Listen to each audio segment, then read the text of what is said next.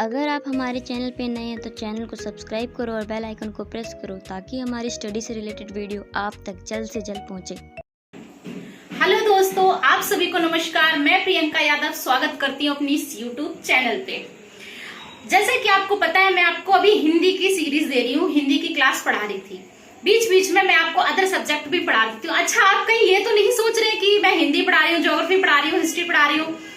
मैं आपको अपना इंट्रोडक्शन दे दूं कि मैं ऑल सब्जेक्ट पढ़ा सकती हूँ, मैं ऑल सब्जेक्ट पढ़ाती हूँ। मैं खुद पीसीएमबी हूँ, फिजिक्स, केमिस्ट्री, मैथ्स, बायो। ठीक है, मैं सारे ही सब्जेक्ट पढ़ाती हूँ। बस थोड़ी समय की कंजूसी है कह लो, क्योंकि मैं अपनी भी स्टडी करती हूँ तो एक दिन में एक ही वीडियो आपको प्रोवाइड करा पाती हूँ। अगर आपको किसी और सब्जेक्ट पे कोई अच्छी वीडियो चाहिए, कोई है इंक्वायरी, तो आप मुझे कमेंट बॉक्स में लिख देना। आज मैं आपको पढ़ाने जा रही हूँ प्राचीन जो धार्मिक मैंने शुरू किया था आंदोलन, उसमें मैंने आपको जैन धर्म, ठीक है, आजीवक संप्रदाय वगैरह पढ़ा दिए हैं। आज मैं आपको क्या पढ़ाऊंगी, बौद्ध धर्म के बारे में। माय फेवरेट, क्योंकि बौद्ध धर्म जो है उसको मतलब बौद्ध सोचते ही क्या मन में आता है, एक शांति वाली फीलिंग आती है, एक पीस वाली फीलिंग। ठीक है, तो पढ़ते हैं बौद्ध धर्म की स्थापना किसने की, कब की, कैसे कैसे हुआ, इसका सफर कैसे तय हुआ, कहाँ से इनका जन्म हुआ, जिन्होंने स्थापना करी, मतलब गौतम बुद्ध जी। चलो आइए देखते हैं बौद्ध धर्म।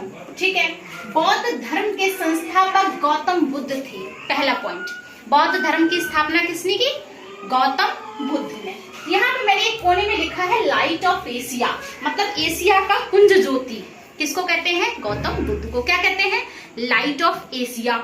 जैसे ही मुझे ये बात याद आती है कि एशिया, समथिंग कुछ एशिया से रिलेटेड। एशिया में कुल कितनी कंट्रीज है बताओ, 50 अराउंड, मतलब 48 के आसपास है कंट्रीज कौन, एशिया में। ठीक, तो एशिया से मुझे क्या याद आता है, जब भी बात करते हैं एशिया की, एशिया से मुझे याद आते हैं कौन, रविंद्रनाथ टैगोर जी। क्यों, क्योंकि एशिया का पहला नोबेल प्राइज साहित्य में मिलने वाला किसको मिला था, रविंद्रनाथ टैगोर को। चाहे एशिया का कह लो, चाहे विश्व का कह लो, चाहे भारत का फर्स्ट नोबेल प्राइज किसको मिला था साहित्य में, किसको, रविंद्रनाथ टैगोर को। तो वहीं से एक लिंक कर दिया मैंने ऐसे ही। तो इनको क्या कहा जाता है, लाइट ऑफ एशिया। आगे बढ़ते हैं, क्या उनके पिता, किनके, गौतम बुद्ध के पिता शुद्धोधन। 2 क्वेश्चन तैयार। 3, light of Asia, Gautam Buddha ने स्थापना, उनके पिता का नाम शुद्धोधन, जो कपिल वस्तु के शाक्यों के गढ़ राजा थे। उनकी माता का क्या नाम था, महामाया, जो कौशल राज्य की राजकुमारी थी। भाई कौशल तो अपने आप में ही एक बहुत बड़ा साम्राज्य है, मतलब महाजनपद में काउंट होगा, अभी पढ़ाऊंगी पूरे 16 महाजनपदों का योग। ठीक है, तो महामाया जो कौशल राज्य की राजकुमारी थी। ठीक है, क्या पढ़ा हमने, गौतम बुद्ध जिन्होंने किसकी स्थापना करी, बौद्ध धर्म के। पिता शुद्धोधन, माता महामाया। इनको किस नाम से जाना जाता है, लाइट ऑफ एशिया। ऐसे ही आपको मेरे साथ पढ़ना पड़ेगा, एक एक पॉइंट अगर सिलेक्शन लेना है सच में। और अगर सिर्फ खाना पूर्ति करनी है तो रफ कॉपी भरते रहो। ऐसे तो मार्केट में बुक्स भरी पड़ी है। क्या इससे मुझसे पहले किसी ने बौद्ध धर्म नहीं पढ़ाया होगा, पढ़ो इसे मेरे साथ ही। गौतम गोत्र में पैदा होने के कारण गौतमी कहा जाता है। क्या, गौतम गोत्र, इनका गोत्र कौन सा है, गौतम गोत्र में पैदा होने के कारण गौतमी कहा जाता है। नेक्स्ट पॉइंट, इनका लालन पालन पोषण उनकी मौसी महाप्रजापति गौतमी ने किया। तो इनकी मम्मी कहाँ गई, सुनो। इनकी मम्मी, एक स्टोरी जरा सी, इनकी मम्मी जा रही थी कहाँ, अपने घर। तो रास्ते में आम्रवन में इनका जन्म होता है, किनका, गौतम बुद्ध का। उसके बाद इनकी माता का देहांत हो जाता है, और उनकी माता के देहांत के बाद इनका लालन पालन इनकी मौसी गौतमी प्रजापति ने किया। ठीक है, आगे पढ़ो। और बालक का नाम सिद्धार्थ रखा। क्या रखा, बालक का नाम सिद्धार्थ रखा। तो आपसे ये क्वेश्चन पूछा जा सकता है कि महात्मा बुद्ध के बचपन का नाम क्या था, सिद्धार्थ। ठीक है, सिद्धार्थ। उसके बाद बात करते हैं जन्म की। तो जन्म कब हुआ, 566 ईसा पूर्व। आपने कई बुक्स में या कहीं पर पढ़ा होगा 563, लेकिन एनसीईआरटी जो हम पढ़ते हैं वो हम ऑथेंटिक पढ़ते हैं, कहाँ से, एनसीईआरटी। तो सन 2003 की बात है। यहाँ पर थोड़ा सा करेक्शन करके ये लिखा गया है 566। वैसे कई जगह पे आपको 563 भी लिखेगा होगा। ठीक है, स्थल कौन सा था, लुम्बिनी वन। कहाँ पर, कपिल वस्तु, जो वर्तमान लुम्बनदेही नेपाल में है, ये जगह जहाँ पर इनका जन्म हुआ था। एट प्रेजेंट वो कहाँ पर है, नेपाल में। ठीक है, इनका विवाह 16 वर्ष की अवस्था में किसके साथ होता है, यशोधरा के साथ होता है। किसके साथ, यशोधरा। पत्नी का नाम हमने याद कर लिया, यशोधरा। इनके पुत्र जिनका नाम क्या है, राहुल, पुत्र का नाम होता है राहुल। ग्रह त्याग, देखो मैंने पॉइंट बनाए हैं, एज इट इज आपको याद करने हैं। ग्रह त्याग की घटना जिसे क्या कहा जाता है, क्वेश्चन आएगा। गौतम बुद्ध की ग्रह त्याग की घटना को किस नाम से जानते हैं, तो महाभिनिष्क्रमण। 29 वर्ष की अवस्था में इन्होंने ग्रह त्याग कर दिया था, ठीक है, जिसको महाभिनिष्क्रमण के नाम से जाना जाता था। इनके जो सारथी थे उसका नाम था चन्ना। क्या नाम था, चन्ना। इनके घोड़े का नाम कंथक था, जबकि इनके जो पहले गुरु थे ना, ध्यान गुरु, इनका क्या नाम था, अलार कलाम। अभी आगे और डिटेल पढ़ेंगे तब इनके बारे में और पता चलेगी। अभी हम बात कर रहे हैं सिर्फ गौतम बुद्ध की बात कर रहे हैं, इनके बारे में थोड़ा जान रहे हैं। अलार कलाम, इनको ज्ञान की प्राप्ति 35 वर्ष की अवस्था में होती है। कब होती है, 35 वर्ष की अवस्था में। 29 वर्ष की अवस्था में ग्रह त्याग किया और 35 वर्ष की अवस्था में इनको ज्ञान की प्राप्ति हो रही है। क्वेश्चन आएगा कब, तो वैशाख पूर्णिमा। क्या, वैशाख पूर्णिमा के दिन ये बुद्ध कहलाए। अब तक क्या थे, सिद्धार्थ, अब क्या कहला रहे हैं, बुद्ध। समझ गए, अब ये बुद्ध कहलाए। क्वेश्चन ऐसे भी आ सकता है कि महात्मा जो गौतम बुद्ध है ये बुद्ध कब कहलाए, तो जब इनको ज्ञान प्राप्त हुआ। कब, 35 एज में, ठीक है। स्थल कहाँ पे था जहाँ पे इनको ज्ञान की प्राप्ति हुई, वो गया में था, गया, ठीक है। और गया क्या, बोध गया बिहार की बात हो रही है, बोध गया बिहार में। पूछेगा किस नदी के किनारे, आपको 4 ऑप्शन दे देगा, आपको बताना पड़ेगा निरंजना नदी के किनारे, ठीक है, निरंजना नदी। एक लेते हैं क्या, फिर से एक लेते हैं, क्विक रिवीजन, क्योंकि हमारा क्या मकसद है, सिलेक्शन लेना ही लेना है, ऐसा नहीं है कॉपी में भर के रख दो। फिर से आओ, देखो बौद्ध धर्म की स्थापना किसने करी है, गौतम बुद्ध ने, जिन्हें लाइट ऑफ एशिया के नाम से जाना जाता था। ऐसे मैं इधर हो जाती हूँ, पढ़ते रहो।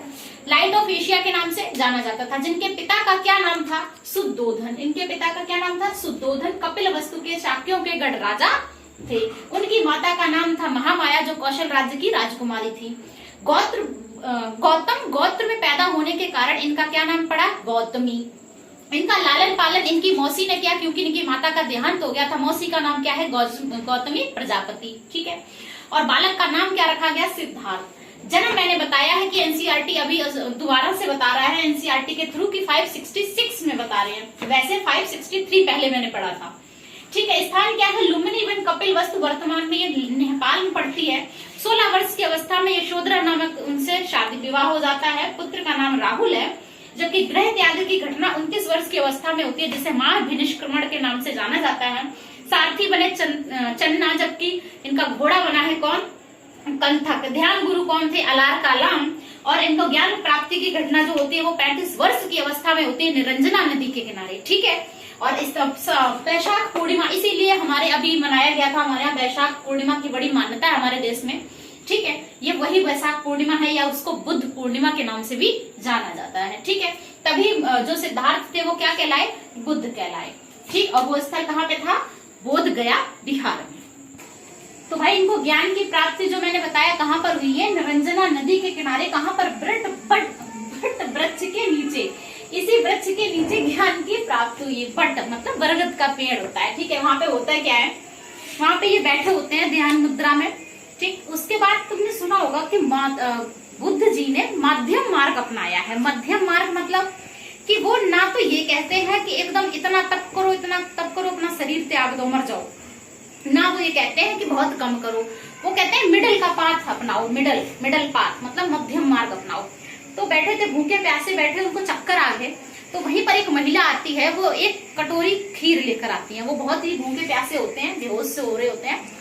तब उनको एक बात समझ में आती है कि ज्यादा भूखा प्यासा रह के या फिर ज्यादा वो करके ऐसा काम नहीं हो सकता है। तब वो कहते हैं कि नहीं, इंसान को जीवन में मध्यम मार्ग अपनाना चाहिए। मेरी मम्मी एक कहावत कहती है, अतिका, हर चीज अति का नहीं होना चाहिए।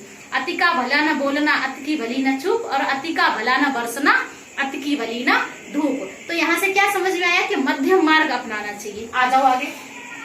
प्रथम उपदेश, इन्होंने जब प्रथम उपदेश दिए आफ्टर ज्ञान प्राप्ति, कहाँ पर देते हैं, जो स्थल है वो क्या है, सारनाथ। आपको ऐसे ही ऑप्शन में आ जाएगा, श्रावस्ती, सारनाथ, कौशल, कुशीनगर, कुछ भी ऑप्शन में आ जाएगा, लगा देना क्या, सारनाथ, ठीक है। स्थल ऋषिपत्तनम, सारनाथ, आचरण की शुद्धता, ठीक है। कौन सी भाषा में दिए गए, पहला पॉइंट क्या, पाली भाषा में। कौन सी, पाली, प्राकृत, आर्मेयिक है, कुछ भी वो ऑप्शन में दे देगा। आपको क्या लगाना है? पाली भाषा में। उसके बाद स्थान वाले 5 ब्राह्मण, जहाँ पे ये ज्ञान दे रहे हैं वहां पे 5 ब्राह्मण है, जिसको क्या कहा गया है? पंचवर्गीय। अच्छा, इनकी जो पहली जो घटना है कौन सी? ज्ञान देने की, मतलब उपदेश देने की। इस घटना को किस नाम से जाना जाता है? धर्म चक्र परिवर्तन। जब कोई ज्ञान का प्रसार होगा, अच्छा कोई ज्ञान आगे बढ़ेगा तो धर्म का परिवर्तन तो होगा ही होगा। अच्छे लोग बैठ जाएं, आप 4 अच्छे लोगों के ग्रुप में शामिल हो जाओ, 4 अच्छी बातें आप सीखोगे, देखो हो रहा है ना परिवर्तन, होगा ना समाज में सोच का भी। तो जब हमने क्या कहा था, जब वहां से वो निकले थे अपने घर से, तो क्या था? महाविनिष्क्रमण। अब उपदेश दिया तो क्या हुआ? धर्म चक्र परिवर्तन। आगे बढ़ो। धर्म प्रचार का स्थल कहाँ कहाँ पे रहा? इनका अंग रहा मगध, काशी, मल्ल, शाक्य, वाज्य, कौशल। ये सब राज्य थे जहाँ पे इनका प्रचार हुआ और बुद्ध को लोग जानने लगे, समझने लगे, सीखने लगे। इनके जीवन का अंत होता है 486। क्या मैंने फिर से बताया कि मैंने जो कंटेंट बताया है वो एनसीईआरटी के बेस्ड पर बताया है। 2003 में ये कहा गया है। 486 ईसा पूर्व। आयु कितनी? 80 वर्ष की अवस्था में। दिन था वैशाख पूर्णिमा और स्थल था कुशीनगर।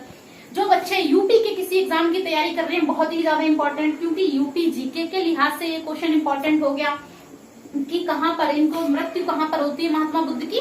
कुशीनगर, जो कि यूपी में एक स्थल है।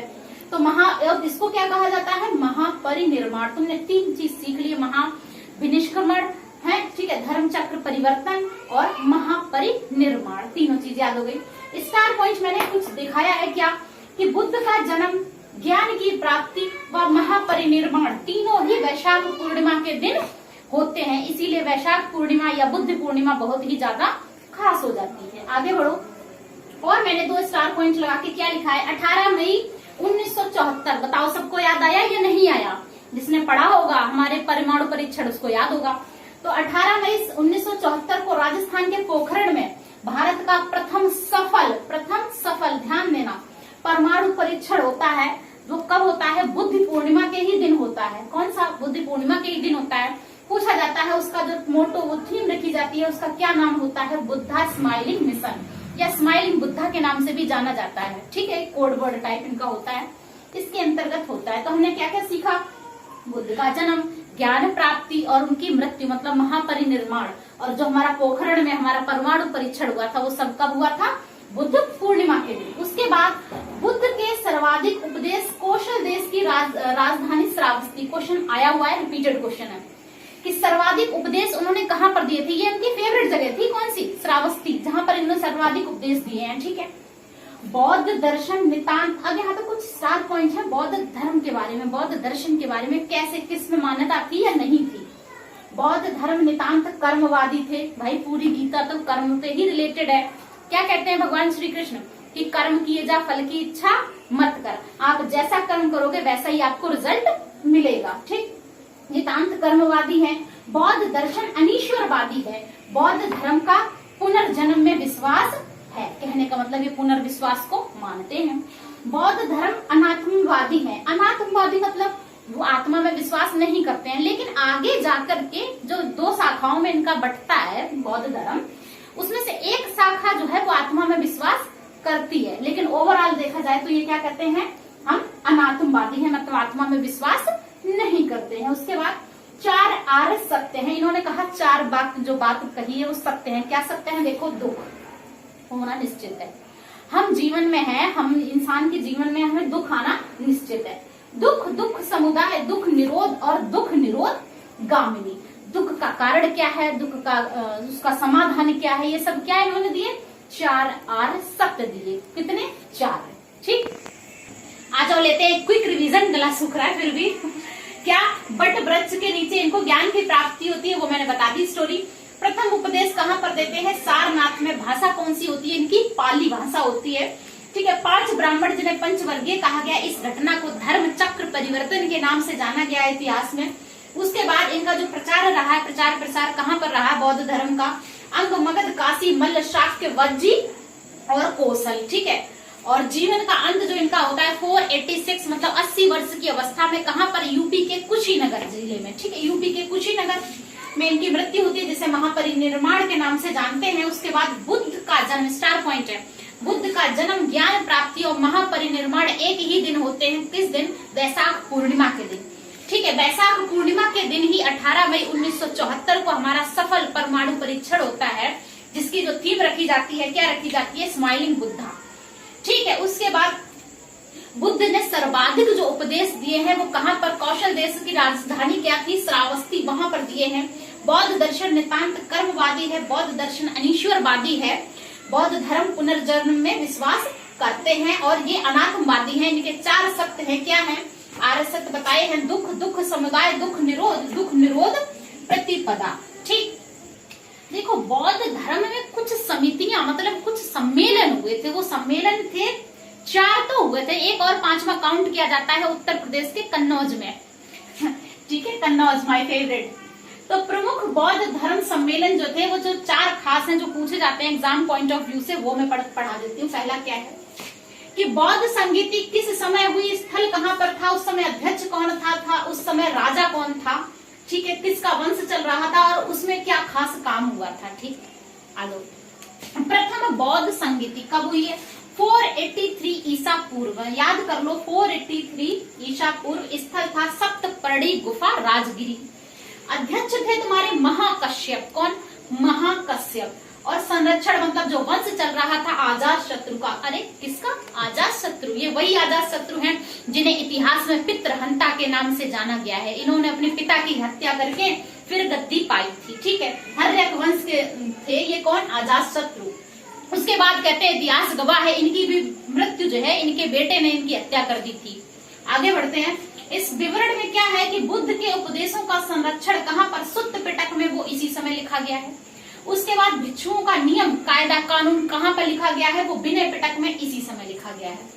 उसके बाद द्वितीय बौद्ध संगीति आती है ठीक 100 साल बाद। कहाँ पर? 383 ईसा पूर्व में, वैशाली बालुक राम में। अध्यक्ष थे तुम्हारे सबाकामी और संरक्षण वंश उस समय चल रहा था कालाशोक, जो कि शिशुनाग वंश का था।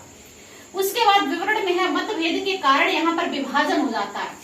अच्छा, जहां पर फूट डल गई, लॉर्ड कर्जन ने तो कहा ही है इतिहास में, क्या इतिहास था? फूट डालो और राज करो। कुछ शायद अभी भी ऐसा ही चल रहा है हमारे देश में भी, खैर छोड़ो।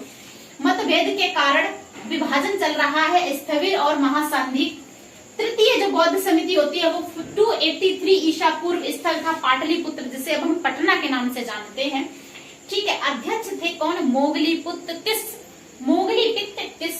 संरक्षक कौन है? अशोक, जो कि मौर्य वंश के हैं। भाई मौर्य वंश बहुत ही अच्छा वंश है। कौन सा? मौर्य वंश, जिसकी स्थापना चंद्रगुप्त मौर्य ने करी थी। ठीक है, और उनके बाद ये उनके पोते हुए कौन? अशोक। इसमें क्या होता है? अभिधम्म पिटक। अभिधम्म पिटक जो कि दार्शनिक सिद्धांत है, इसमें लिखा गया है। चतुर्थ बौद्ध संगीति जो आती है वो 98 ईस्वी में, क्या? कुंडलवन, कश्मीर में। अध्यक्ष थे तुम्हारे वसुमित्र, अध्यक्ष हैं, और अश्वघोष जो है उपाध्यक्ष है। ये अश्वघोष जो है, इन्हीं के कहने पे ये मीटिंग भी रखी गई थी, ये सम्मेलन इन्हीं के कहने पे रखा गया था। इनकी पुस्तक भी है बुद्ध चरित्र करके, काफी इन्होंने लिखा भी अच्छा। संरक्षण वंश कौन सा था? कनिष्क। कनिष्क कहाँ का था? कुषाण वंश का राजा था कनिष्क। ठीक है, बौद्ध धर्म में यहाँ पर बहुत बड़ा विभाजन होता है, जिसको हीनयान और महायान के नाम से जानते हैं। उसके बाद एक बार क्विक रिवीजन कर लेते हैं। मैंने जो 4 बौद्ध समिति बताई है, मैंने क्या क्या बताया है, तसल्ली से एक बार फिर से देख लो, बहुत इंपॉर्टेंट है। यहाँ पे क्वेश्चन किसी भी तरीके से पूछा जा सकता है। बताओ, तृतीय बौद्ध समिति में अध्यक्ष कौन था? उपाध्यक्ष कौन है? किसके काल में हुआ? वहां पर क्या खास हुआ? सन पूछ सकते हैं या कुछ भी पूछ सकते हैं, इसलिए ध्यान से देखो। यहाँ पे प्रथम बौद्ध समिति 483 ईसा पूर्व, सप्तपर्णी गुफा कहाँ पर? राजगिरी में। अच्छा, राजगिरी से याद आता है राजा। राजा प्रथम होता है ना, तो प्रथम बौद्ध समिति हो गई। ठीक है, और राजा महान भी होता है तो महाकश्यप हो गया। फिर उसके बाद राजा क्या होता है? आजाद होता है। आजाद हो गया तो आजाद शत्रु हो गया। बुद्ध के उपदेशों का सुत्त पिटक और विनय पिटक। शुरुआत में कोई भी बात होती है, पहले क्या बोलते हैं? पहले भगवान कृष्ण क्या समझाते हैं? पहले बांसुरी बजाते हैं। जब बांसुरी से काम नहीं चलता है तब सुदर्शन उठाते हैं। तो सुत्त पिटक विनय पिटक पहले बाद में होता है, बाद में हीनयान में बांटेंगे। ठीक है, उसके बाद द्वितीय बौद्ध समिति 383 ईसा पूर्व कहाँ पर? वैशाली। द्वितीय ठीक 100 साल बाद याद रह जाएगा तुम्हें, कहाँ पर? वैशाली। ठीक है, उसके बाद सबाकामी। ओहो, सबाकामी, कुछ नेगेटिव सोच लेते हैं। सबाकामी, सभी कामी होते हैं और उनकी क्या इच्छा होती है कि साली जो हो वो कितनी हो? 2 हो। ठीक है, उसके बाद क्योंकि जिसके मन में कुछ ऐसा आ जाएगा वो कैसा है, काला शोक है, उसका मन ही काला है, जो ऐसा सोच लिया उसने, ठीक है। ऐसे कुछ याद करने के लिए, बस एवं ही याद करने के लिए। और जो अगर काला है और उसका मन काला है तो वो कैसा होगा, नांग होगा। कैसा नांग, शिशु नांग होगा। बस याद करा रही हूँ, बाकी मेरा कोई मंतव्य नहीं है किसी को कोई बात बोलने का। उसका मतभेद के कारण है स्थविर और महासंधि। तृतीय जो होती है 250 ईसा पूर्व में 250 में, कहां पर, पाटलिपुत्र पटना में। इसके बाद मोगली पित्त तिस्स, मतलब तिस्स से कैसी फीलिंग आ रही है, तिस्स मतलब तृतीय मतलब 3, ठीक है, पाटलिपुत्र पटना में। अच्छा, मेरे जो कोचिंग में 3 स्टूडेंट आए थे, वो तीनों ही पटना के थे। लॉकडाउन से पहले जो मेरी कोचिंग चल रही थी वहां पे बच्चे इधर ही रह के पढ़ रहे थे, वो तीनों ही पटना के थे। मुझे तो यहाँ से याद रह जाएगा, आपको भी होना चाहिए। वो 3 स्टूडेंट कहाँ से आए थे, पटना से, ठीक है। अशोक मौर्य वंश, यहाँ पे पूरी जड़ें ही कहाँ से, पटना से या बिहार से जुड़ी हुई हैं, ठीक है, मौर्य वंश का। अभी धम्म पिटक, ये दार्शनिक सिद्धांत है। उसके बाद चतुर्थ मतलब चौथा 98 ईसा पूर्व, कुंडलवन, ठीक है, कुंडलवन कश्मीर में, ठीक। वसुमित्र अध्यक्ष है और अश्वघोष इसके उपाध्यक्ष है। ये ज्यादा खास हो गई भाई। कनिष्क कहाँ का, कुषाण वंश का। बौद्ध धर्म इसमें डिवाइड हो गया। पूछेगा कौन सी बौद्ध समिति में, हीनयान और महायान में बौद्ध धर्म विभाजित हुआ, तो चतुर्थी बौद्ध समिति में। उसके बाद महात्मा बुद्ध ने अष्टांगिक मार्ग दिया है, ठीक है। अष्टांगिक मार्ग मतलब 8 रास्ते बताए हैं जीवन के लिए। क्या क्या बताए हैं देखो। सम्यक दृष्टि, सभी वस्तुओं के समान जो तुम्हारी दृष्टि होनी चाहिए वो सम्यक, अच्छी, सही होनी चाहिए। क्या सम्यक दृष्टि। सम्यक संकल्प, अच्छे काम को, कर्मों को करने का संकल्प करो, ठीक है। सम्यक वाक, कि ऐसी वाणी बोलो, अप्रिय वाणी मत बोलो, सबको प्रिय वाणी बोलो, सम्यक वाक। सम्यक कर्मांत, दया, दान, अहिंसा, अच्छे कर्मों का सत्कर्म करो, वो सब क्या बताया गया है, कर्म, ठीक है। अभी जैसे मैंने बताया था कि कर्म, पूरा कर्म है हमारा, खुद ही सनातन धर्म हमारी गीता में सिर्फ कर्म का ही उपदेश देते हैं। उसके बाद सम्यक आजीवन, अपना जीवन पर्यंत अच्छे कर्मों के साथ व्यतीत करो। सम्यक व्यायाम करो। उसका सम्यक स्मृति, अच्छी चीजों का याद करो और बुरी चीजों को भूल जाओ। सम्यक समाधि का मतलब होता है कि शांति से, एकाग्रता से मन चित्त को एकाग्र करना क्या हो जाता है, सम्यक समाधि हो जाती है। आगे देखते हैं कि बौद्ध धर्म के 3 रत्न हैं, कौन कौन से, बुद्ध, धम्म और संघ। क्या, बुद्ध, धम्म एवं संघ, त्रिरत्न है। पूछेगा त्रिरत्न के नाम बताओ, तो क्या बताओगे, बुद्ध, धम्म और संघ। निर्माण बौद्ध धर्म का परम लक्ष्य है। कोई भी बौद्ध भिक्षु से आप मिलोगे तो वो क्या कहेंगे, निर्माण प्राप्ति की इच्छा है उनकी। निर्माण प्राप्ति क्या होता है कि जीवन मरण चक्र से मुक्त हो जाना, वही होना चाहिए सबके साथ। तो जिसका अर्थ है दीपक का बुझ जाना, उसे क्या कहते हैं, निर्वाण, मतलब जीवन मरण चक्र से मुक्त हो जाना, फ्री। और मैंने अभी बताया था कि 4 बौद्ध समितियां हुई थी, जिसमें से चतुर्थ बौद्ध समिति थी, उसमें जो बौद्ध धर्म है वो 2 शाखाओं में बट गया, जिसका क्या नाम है, हीनयान और महायान। जैसे आपको नाम से ही याद कराती हूँ मैं, हीन मतलब थोड़ा सा लो की बात कर रहे हैं, कम की बात कर रहे हैं, जबकि महा मतलब ग्रेट, महान की बात करते हैं। जैसे सभी को अपनी मुक्ति का मार्ग स्वयं ढूंढना पड़ता है, ये क्या कहते हैं, स्वयं ढूंढना पड़ता है, ठीक। उसके बाद हीनयान कहते हैं ये बौद्ध धर्म की ऐतिहासिक में विश्वास करते हैं, जो इतिहास है, जो लिखा हुआ है उसमें विश्वास करते हैं। जबकि मेरा ये सोचना है कि इंसान को समय के साथ बदलते रहना चाहिए। जैसे कि मैंने पढ़ी थी सत्यार्थ प्रकाश, जब मैंने सत्यार्थ प्रकाश पढ़ी थी तो उसमें शादी की उम्र और बहुत सारी चीजें कुछ ऐसी बताई गई थी जो उस समय के अकॉर्डिंग बहुत सही थी। अब आप सोच रहे होंगे हाँ मैंने सत्यार्थ प्रकाश पढ़ी है, ठीक है, मुझे बहुत बुक्स का शौक है। उसके बाद बोधिसत्व की प्राप्ति के लिए 9 चर्चाओं और 10 अनुशासनों का पालन। अब ये अनुशासन कौन होंगे, वही अनुशासन जो तुम्हें सिखाया जाता है, अस्तेय, चोरी ना करना, बहुत सारे जो अनुशासन होते हैं तुम्हें स्कूलों में भी सिखाया जाता है, मोरल वैल्यू की बुक में लिखे हुए होते हैं, ठीक है। संसार को दुख में माना है, भाई हीनयान वाले क्या कहते हैं, संसार को दुख में मान रहे हैं, मतलब नेगेटिविटी वाली बात कर दी है इन्होंने। उसके बाद स्वयं के प्रयत्नों पर बल देना, ये कहते हैं तुम्हें जो करना है वो स्वयं ही करना है, स्वयं के प्रयत्नों पर बल देता है, अच्छी बात है। बौद्ध का साहित्य पाली भाषा में। जब मैंने ओवरऑल पढ़ाया था तो मैंने बताया था कि बौद्ध धर्म पाली भाषा में, प्रथम उपदेश भी सारनाथ में जो दिए थे वो भी पाली भाषा में थे ना। आगे देखो, महायान की जब बात करते हैं, यह गुणों के हस्तांतरण में विश्वास रखते हैं, बोधिसत्व में विश्वास रखते हैं, सभी लोगों को बुद्धत्व की प्राप्ति होने की बात कही गई है। मुझे इनका सबसे प्यारा पॉइंट यही लगता है कि ये आशावादी दृष्टिकोण रखते हैं, जबकि ये संसार को दुख में बताते हैं। ऑप्टिमिज्म बहुत ही बड़ा एक पॉजिटिव पॉइंट होता है, चाहे आप विद्यार्थी हो, चाहे आप गृहिणी हो, चाहे आप कोई भी हो, अंकल आंटी बहन भाई, सबके लिए जीवन में आशावादी दृष्टिकोण बहुत आवश्यक है।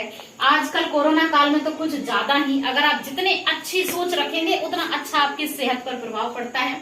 तो optimism is the only way to survive, ठीक है। आशावादी दृष्टिकोण रखता है, बुद्ध की प्राप्ति में विश्वास व भक्ति पर बल देता है, ठीक है। बौद्ध साहित्य संस्कृत भाषा में है, ठीक है। सभी भाषाओं की जननी संस्कृत भाषा, ये महायान वाले। तो मेरा फेवरेट महायान हो गया। एक बार क्विक रिवीजन लेते हैं क्या। बौद्ध धर्म में मैंने त्रिरत्न बताए हैं, बुद्ध, धम्म और संघ। निर्माण मैंने बताया है जीवन मरण चक्र से मुक्त हो जाना, फ्री हो जाना, जिसका मतलब होता है दीपक का बुझ जाना। उसके बाद महायान और हीनयान में 2 शाखाओं में बट गया है बौद्ध धर्म। चतुर्थ बौद्ध समिति के समय सभी को मुक्ति का मार्ग स्वयं ढूंढना पड़ता है। बौद्ध धर्म की ऐतिहासिकता में विश्वास करता है। बोधिसत्व पद की प्राप्ति के लिए 9 चर्चाओं और 10 अनुशासनों मतलब डिसिप्लिन का पालन करना बताया गया है। संसार को दुख में बताया गया है, स्वयं के प्रयत्नों पर बल देता है।